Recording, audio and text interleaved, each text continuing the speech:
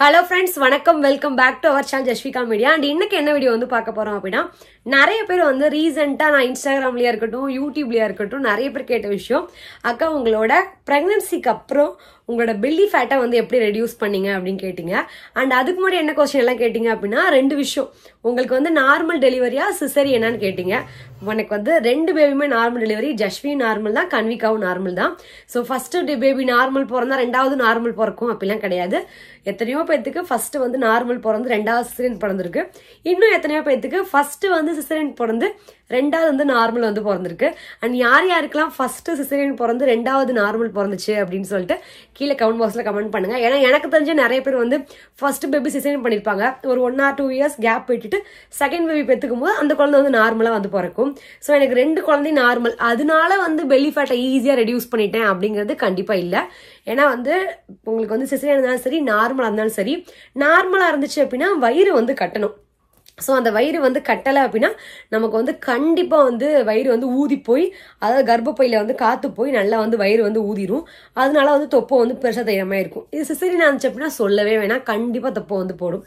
So உங்களுக்கு வந்து after டெலிவரிக்கு அப்புறம் நார்மல் டெலிவரியா இருந்தாலும் பரவாயில்ல, சிசேரியனா இருந்தாலும் பரவாயில்ல, உங்க வயிற்றுல இருக்கக்கூடிய தொப்பையை வந்து குறைக்கிறதுக்கு என்னென்ன பண்ணலாம் அப்படின்றதான் இந்த வீடியோல பார்க்க போறோம். ஸோ வாங்க வீடியோக்குள்ள போலாம்.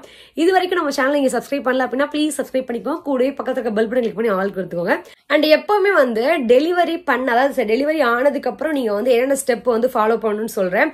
ஏன்னா அந்த ஸ்டெப்லாம் ஃபாலோ பண்ணாதான் ஆஃப்டர் டெலிவரிக்கு அப்புறம் உங்களுக்கு ஈஸியா வந்து தொப்பை வந்து குறைக்க முடியும். ஃபர்ஸ்ட் விஷயம் என்ன அப்படின்னா, டெலிவரிக்கு முன்னாடி வரைக்கும் குழந்தை வயிற்றுல இருக்க வரைக்கும் நம்ம என்ன சொல்லுவோம் அப்படின்னா, தண்ணி வந்து சூடா குடிக்காத, குழந்தைக்கு வந்து சூடும், அண்ட் குழந்தை மேல வந்து சூடு பட்டுச்சுன்னா அங்கங்க அவங்களுக்கு வந்து வெள்ளை வெள்ளையா வரும் அப்படின்ற மாதிரிலாம் மித்து நிறைய பேர் இருக்கும்.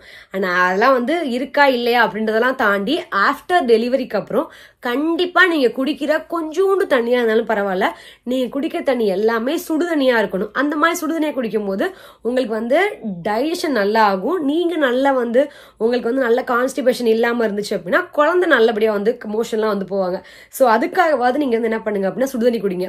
இந்த மாதிரி சுடுதண்ணியும் குடிச்சிட்டு நீங்க இது கூடவே வந்து ஃபீடிங்கும் பண்ணிக்கிட்டு அட் த சேம் டைம் நான் சொல்லக்கூடிய இந்த டயட் இந்த ட்ரிங்க்லாம் பண்ணிட்டு நீங்க வந்து இருக்கும்போது ஈஸியா உங்களுக்கு வந்து ஃபீடிங் நீங்க ஸ்டாப் பண்ற அந்த ஸ்டேஜ்லயே பாத்தீங்க அப்படின்னா உங்களுக்கு பெல்லி ஃபேட் வந்து குறைஞ்சிரும். இல்ல நான் வந்து எனக்கு வந்து குழந்தை பிறந்து 4 வருஷம் ஆச்சு, 5 வருஷம் ஆச்சு, எனக்கு வந்து இன்னும் வந்து பெல்லி ஃபேட் வந்து அப்படியே இருக்கு, அப்படியே இன்னும் வந்து மாசமா இருக்க மாதிரியே வயிறு இருக்கு அப்படின்னா அதுக்குமே இந்த ட்ரிங்க் வந்து நீங்க குடிக்கலாம்.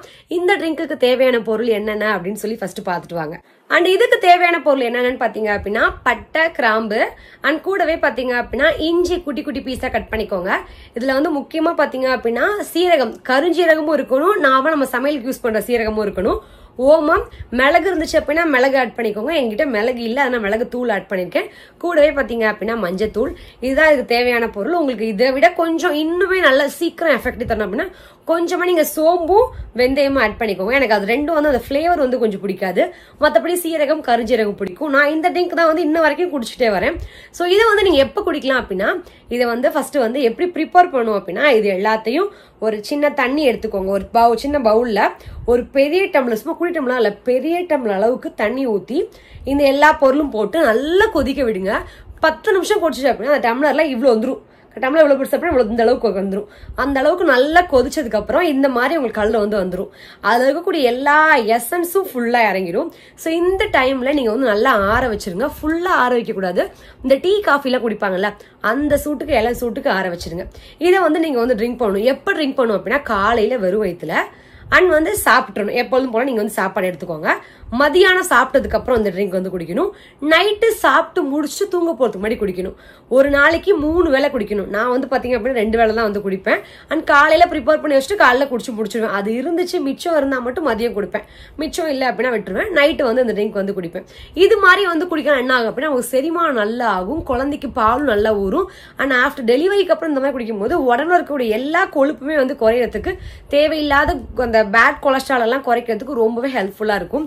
அண்ட் இதுல வந்து நம்ம வந்து இஞ்சி ஆட் பண்றதுனால நமக்கு வந்து உடம்புல அந்த நச்சுத்தன்மை இருக்கும்ல, அதெல்லாம் இல்லாம நல்லாவே வந்து ஃப்ரெஷ்ஷா இருக்கும். உங்களுக்கு வந்து இது கூட வந்து இன்னும் நல்லா ஃப்ரெஷ்னஸ் வேணும் அப்படின்னா ஹாஃப் லெமன் மட்டும் நல்லா அந்த சூடு எல்லாம் சூட்ல இருக்கும்போது ஹாஃப் லெமன் புழிஞ்சு விட்டுக்கோங்க. தேவை அப்படின்னா நாட்டு சக்கரை போட்டுக்கோங்க. எனக்கு நாட்டு சக்கரை போட்டோம் அப்படின்னா அது ஒரு மாதிரி இந்த எப்படி சொல்லுவோம், பிளாக் டீ குடிக்கிற அந்த ஃபீல் வந்துடும். எனக்கு இந்த டீ காஃபியே பிடிக்காது. அதனால நான் வந்து நாட்டு சக்கரை போட மாட்டேன். லெமன் மட்டும் புளிஞ்சு விட்டு வந்து குடிச்சுப்பேன். அண்ட் ரொம்ப எஃபெக்டிவா இருக்குங்க. ரெகுலரா நீங்க அதை வந்து ட்ரை பண்ணலாம்.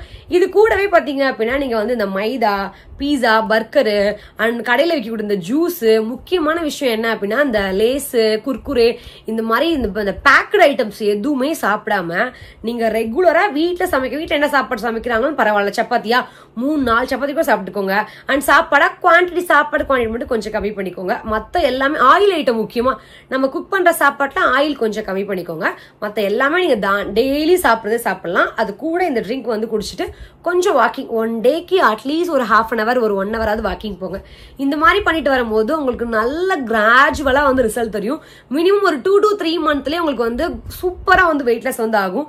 நீங்க வந்து நான் சொல்றேன், இப்போ ஒரு ட்ரெஸ் எடுத்து வச்சுக்கோங்க, அந்த ட்ரெஸ் இப்போ போட்டுக்கோங்க, போட்டு பாருங்க, பத்தாத ட்ரெஸ்ஸா போட்டு பாருங்க.